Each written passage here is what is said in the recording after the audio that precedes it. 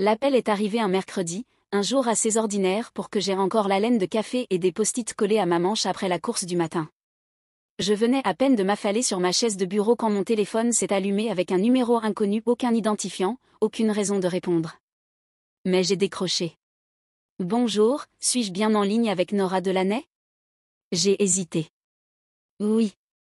Ici Charles, de la Liberty National Bank. Nous appelons au sujet de votre solde hypothécaire de 523 000 $. Nous avons envoyé plusieurs avis, mais... Je n'ai pas d'hypothèque, dis-je, d'un ton plus sec que je ne l'aurais voulu. Vous devez faire erreur. Un silence. Madame, le dossier que nous consultons indique votre nom, votre date de naissance et votre numéro de sécurité sociale. Vous êtes inscrite comme emprunteuse principale. Le prêt a été ouvert il y a 3 ans. 3 ans. Mon esprit s'est figé. C'était l'année où Méline, ma petite sœur, avait commencé à parler d'acheter une maison. Elle appelait ça son nouveau départ, disait qu'elle voulait quelque chose d'assez grand pour une famille. Je me souvenais d'elle brandissant des photos Pinterest au dîner, riant des scores de crédit comme s'il s'agissait de blagues nulles. Maman avait dit, on trouvera une solution. La famille trouve toujours un moyen. Mais pas comme ça. J'ai mis fin à l'appel poliment, d'une manière ou d'une autre, et je suis restée là, à fixer le vide pendant 1 minute entière. Le souffle du ventilateur de mon ordinateur portable remplissait le silence. Mes paumes étaient moites. Ma bouche, sèche. Je me suis dit que ça devait être une erreur. Une confusion. Une faute de frappe. Peut-être quelqu'un avec le même nom, dans le même état. Mais mon instinct n'y croyait pas. J'ai fouillé le tiroir à côté de mon lit, passant au crible de vieilles fiches de paie et des cartes d'anniversaire. J'ai retrouvé la dernière lettre reçue de Liberty, un prospectus banal jeté il y a des mois. Je n'y avais prêté aucune attention à l'époque. Aujourd'hui, cela ressemblait à un avertissement que je n'avais pas su lire.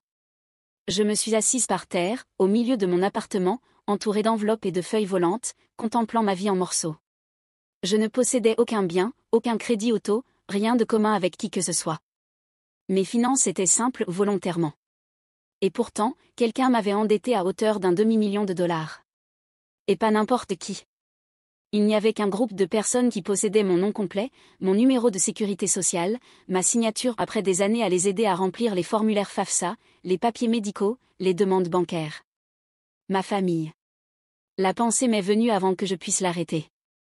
Je ne voulais pas y croire. Mais certaines trahisons n'enfoncent pas la porte. Elles tournent simplement la clé derrière vous, en silence. Je n'ai pas dormi cette nuit-là. Je suis restée allongée, les yeux rivés au plafond, à ressasser sans fin la même pensée. S'il me l'avait demandé, est-ce que j'aurais dit oui? Je ne crois pas. Mais ce n'était pas la question. Ils ne m'en ont jamais laissé le choix. Au matin, j'avais cessé de faire semblant que c'était une erreur. Les pièces s'emboîtaient trop bien, le timing, les mots, le silence. Méline parlait encore de sa maison de rêve quelques mois avant la date du prêt. Un porche tout autour. Un sous-sol aménagé. De la place pour les possibles à venir. À l'époque, elle était entre 2 emplois. Son crédit était fichu. Mais notre mère avait dit de ne pas s'en faire. M'a dit trouve toujours une solution. Apparemment, j'étais la solution. J'ai commencé à sortir de vieux documents de mon classeur, des choses que je n'avais pas touchées depuis des années. Des déclarations d'impôts. Des copies de sécurité sociale. Des assurances que j'avais co-signées quand maman avait été opérée. Et là, de ma propre écriture, se trouvaient les clés du royaume. Tout ce qu'il fallait pour se faire passer pour moi. Et je l'avais donné, morceau par morceau, parce que j'étais la responsable. Celle qui répare. La fille discrète qui ne fait pas de vagues. Je repensais à cette phrase que ma mère répétait, presque fièrement. Nora n'a pas besoin d'aide. Elle est forte. Elle se débrouille. C'était toujours ce qu'on échangeait. Méline recevait la grâce. Moi, le silence. En grandissant, c'était de petites choses. Elle oubliait de ranger, et on disait, c'est une phase. J'oubliais, et c'était, tu sais mieux que ça, Nora. Elle emboutissait sa voiture, et papa disait, c'est pour ça qu'il y a une assurance. Je demandais un ordinateur portable d'occasion, et maman me rappelait, on n'est pas Crésus. Il ne me détestait pas. Ça aurait été plus facile. Ils ne me voyaient tout simplement pas comme quelqu'un qui pouvait casser. Et peut-être que c'est pour ça qu'ils ont cru que c'était acceptable signer à ma place, prendre le crédit, m'enfermer dans un mensonge qui aurait pu ruiner ma vie. Peut-être qu'à leurs yeux, j'étais assez forte pour porter ça. Mais sous cet extérieur calme, quelque chose avait changé. Pas de la rage. Pas de la vengeance. De la clarté. J'ai ouvert mon ordinateur et demandé à la banque une copie des documents du prêt. La femme au téléphone était polie, efficace, inconsciente que son PDF allait tout bouleverser. Quand il est arrivé, je suis restée là à regarder l'écran. C'était là. Page après page, mon nom, ma date de naissance, mes informations, ma signature. Sauf que ce n'était pas la mienne. Elle s'en approchait. Trop.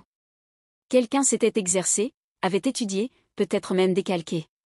Mais la personne n'avait pas reproduit l'hésitation dans mon R ni l'infime remontée dans le Y de Delaney.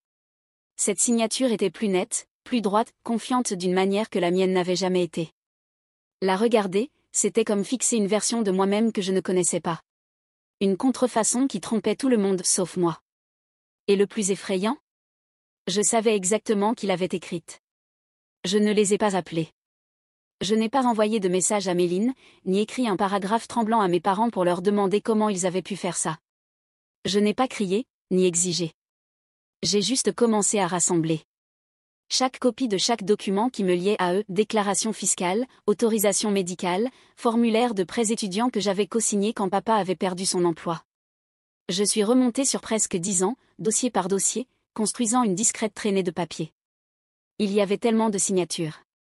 Tellement de petits moments où j'avais dit oui par devoir, par amour, par habitude. J'avais dit oui sans qu'on me le demande. Un par un, j'ai imprimé mes propres relevés, rapports de crédit, journaux de protection d'identité, une liste de comptes à mon nom. Je n'avais jamais été propriétaire, mais voilà, le dossier complet de prêt hypothécaire de Liberty National, avec mon nom sur la ligne pointillée.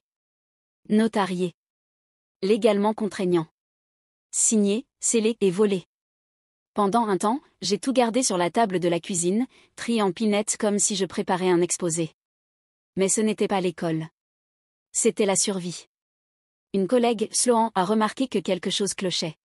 Elle m'a surprise à fixer le vide trop longtemps pendant le déjeuner et m'a prise à part. « Tu as l'air de retenir ta respiration », m'a-t-elle dit. Je lui ai tout raconté. Je ne sais pas pourquoi. Peut-être parce qu'elle faisait partie des rares personnes à vraiment demander comment tu vas ? Et à le penser. Elle n'a pas essayé de me réconforter. Elle a juste sorti son téléphone et dit. Appelle ce type. Il est malin. Et les histoires de famille, ça ne le fait pas broncher. C'est comme ça que j'ai rencontré Monsieur Whittaker. Il était plus âgé, ancien militaire peut-être, avec une voix qui ne gaspillait pas de syllabes. Je me suis assise en face de lui dans un petit café à 3 pâtés de maison de mon appartement. Pas de réceptionniste. Pas de hall avec ascenseur. Juste lui, un bloc-notes jaune, et un café noir. Il a feuilleté ma pile sans un mot. Quand il a fini, il a refermé le dossier et m'a regardé droit dans les yeux.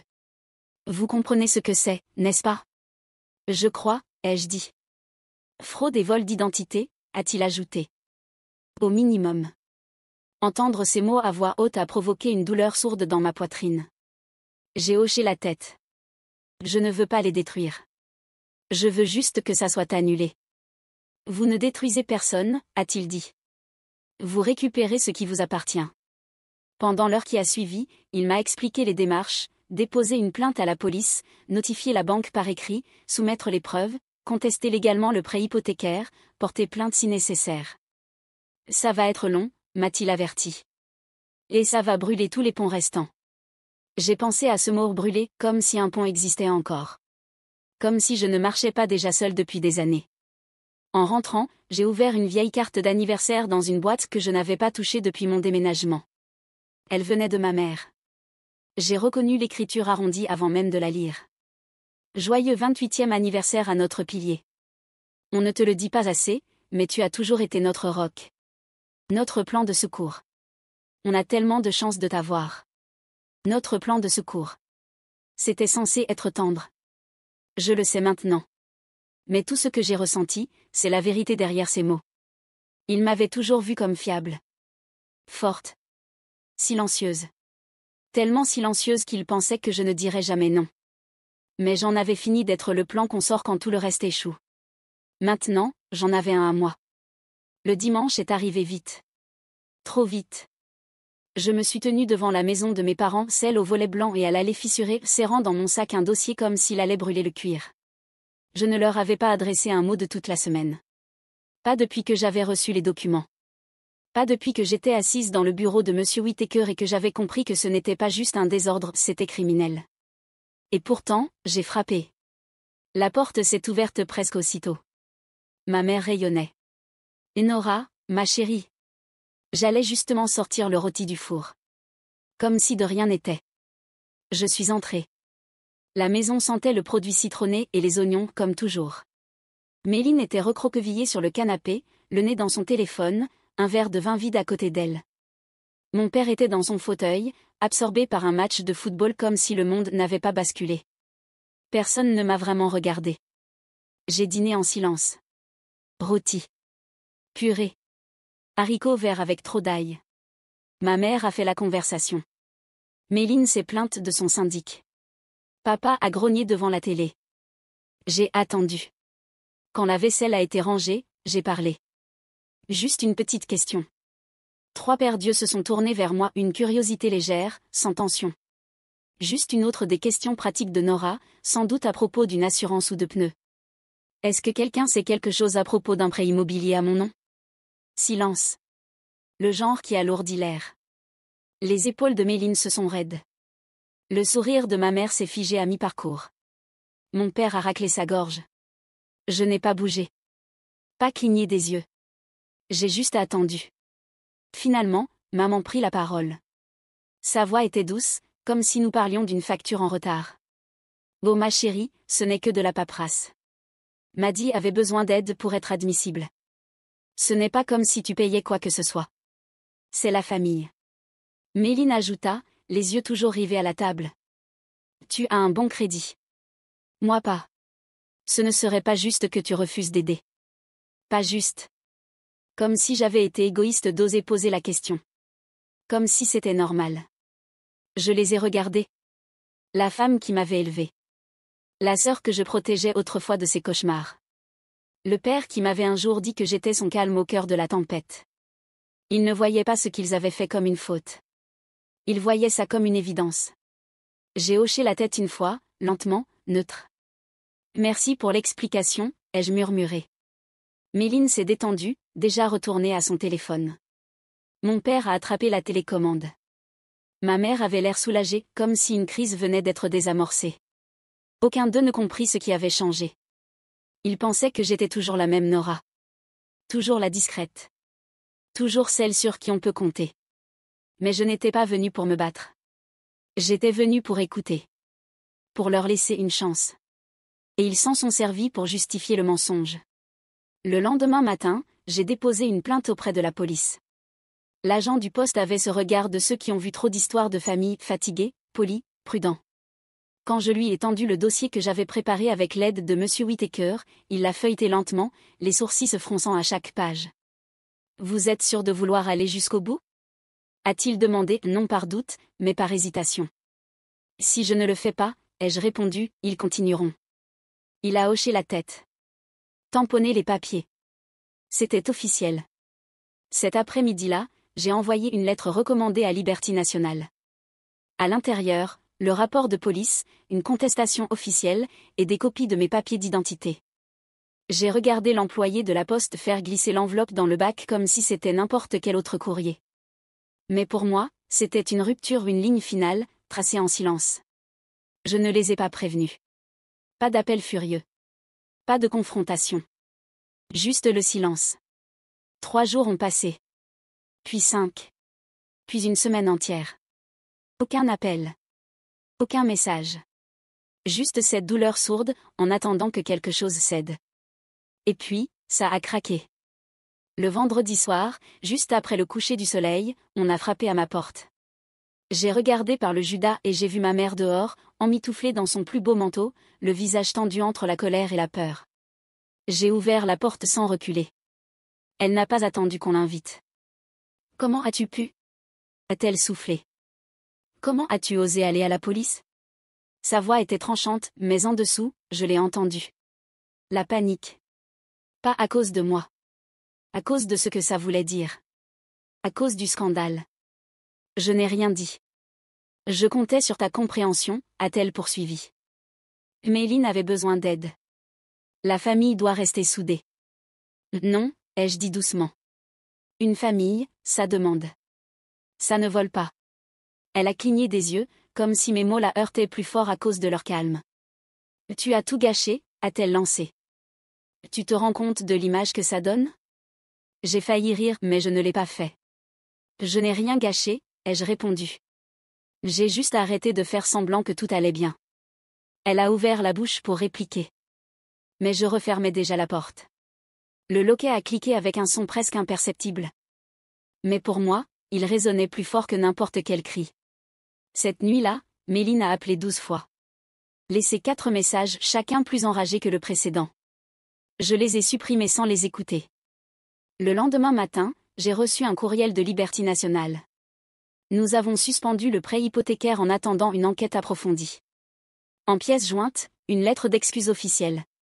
Ils examinaient les registres du notaire et les fichiers de signature. Mon crédit restait endommagé, mais le processus de réparation avait commencé. J'ai appelé M. Whittaker. Ils prennent ça au sérieux, ai-je dit. Ils le font souvent, a-t-il répondu, quand les gens ne crient pas et leur montrent juste la vérité. Il avait raison. Je n'avais pas crié. Je n'avais pas supplié. J'étais resté immobile pendant que la vérité faisait son œuvre et d'une manière ou d'une autre, cela avait suffi. Les semaines suivantes, le silence autour de moi s'est épaissi. Plus de textos. Plus d'invitations. Plus de rappels culpabilisants sur la chance que j'avais d'avoir une famille. Il ne voulait pas réparer. Il voulait juste la version de moi qui disait toujours oui. Mais elle n'était plus là. À la place, j'ai rempli mes week-ends de choses que j'avais oublié aimer. Flâner au marché, acheter des fleurs pour ma table, lire en silence sans téléphone qui sonne. Je ne cherchais pas la revanche, pas vraiment. Je voulais juste de la distance. Et la paix. Et pour la première fois, je les avais. Les mois ont passé. Le printemps s'est installé en douceur, les arbres fleurissant en rose pâle et jaune, comme si le monde avait décidé de recommencer, que je sois prête ou non. Je restais discrète, répondais aux mails de M. Whittaker, signais des documents, vérifiais mon dossier de crédit comme on regarde une météo qu'on ne croit pas. L'affaire était encore ouverte. Les dégâts, encore là. Mais quelque chose en moi s'était apaisé. Je passais mes week-ends en mouvement en balade sur les sentiers, poterie au centre communautaire, bénévolat à la bibliothèque le samedi. Rien de spectaculaire. Juste à moi. Des heures qui n'appartenaient à personne d'autre. Un matin, je tenais mon stand à une foire artisanale locale, entourée de tasses et de bols dépareillés que j'avais façonnés avec des mains encore hésitantes. Une femme a pris une pièce étiquetée reclémée, une tasse légèrement de travers, lisse par endroits, imparfaite ailleurs. Elle l'a tournée dans sa paume. Pourquoi ce nom? J'ai haussé les épaules. Parce qu'elle n'était pas censée exister. Et pourtant, elle est là. Elle a souri, payé en liquide, puis s'en est allée. Ce soir-là, je me suis assise sur mon balcon avec une tasse de thé et le premier vrai silence que j'avais mérité depuis des années. Pas le silence de l'indifférence, mais celui de n'appartenir à personne. C'est là que je les ai vus. Ma mère, mon père, et Méline debout au bord du parking près de mon immeuble, comme s'ils ne savaient pas s'ils devaient s'approcher ou repartir. Ils avaient l'air plus petits que dans mes souvenirs. Le maquillage de Méline était bavé. La chemise de mon père froissée, sortie de son pantalon. Ma mère serrait son sac comme si c'était la seule chose solide qui lui restait. Je suis descendue lentement. Sans me presser. Sans me cacher. Quand ils m'ont vue, ils se sont figés. Nora? Commença ma mère, la voix tremblante. On a fait des erreurs. Mais on reste une famille. Méline fit un pas en avant. J'ai juste besoin d'aide. Pour un petit moment. S'il te plaît, ne nous repousse pas. Je n'avais plus de colère. Plus de feu. Juste un calme profond, venu de la certitude qu'ils n'étaient pas là parce qu'ils m'aimaient. Ils étaient là parce qu'ils avaient besoin de moi encore. J'ai posé mon sac et les ai regardés, chacun d'eux. Vraiment regardés. J'espère, ai-je dit doucement, que vous comprendrez un jour ce que famille veut vraiment dire. Ils ne m'ont pas interrompu. Mais ce n'est pas quelque chose qu'on peut voler. Ou simuler. Ni attendre quand ça vous arrange. Je plongeai la main dans la poche de mon manteau et en sortis une enveloppe manille. À l'intérieur se trouvait une copie imprimée de l'acte hypothécaire falsifié où mon nom, leur signature, et un tampon rouge en travers du document portant un mot simple, annulé. Glissé derrière, il y avait autre chose, une carte d'anniversaire datant de plusieurs années. Celle qui disait « Tu as toujours été notre plan de secours ». Je tendis l'enveloppe à ma mère. Ses mains tremblaient en la prenant. « Je ne suis pas en colère, dis-je. Plus maintenant. » Elle ouvrit la bouche pour répondre, mais je ne lui en laissai pas le temps. « Je suis enfin libre, dis-je. Et je ne reviendrai pas. » Puis je me retournai et je partis. Le bruit de mes pas dans l'escalier pesait plus lourd que n'importe quelle dispute que j'aurais pu avoir. Je ne me retournai pas. Arrivé en haut du palier, je m'arrêtai. Le vent souleva le bord de mon manteau. Le soleil commençait à se coucher, projetant de longues ombres sur le parking. Je murmurai non pas pour eux, mais pour moi-même. Parfois, partir est la chose la plus forte qu'on puisse dire. Et je le pensais vraiment. Ils avaient utilisé mon nom comme s'il leur appartenait. Mais je suis parti. Sans hurler. Sans prévenir. Juste un silence qu'ils ne pouvaient plus ignorer. Si vous avez déjà été traité comme un plan de secours, vous comprendrez pourquoi je ne me suis jamais retourné. Certaines vérités ne sont pas faites pour être pardonnées, juste pour être retenues.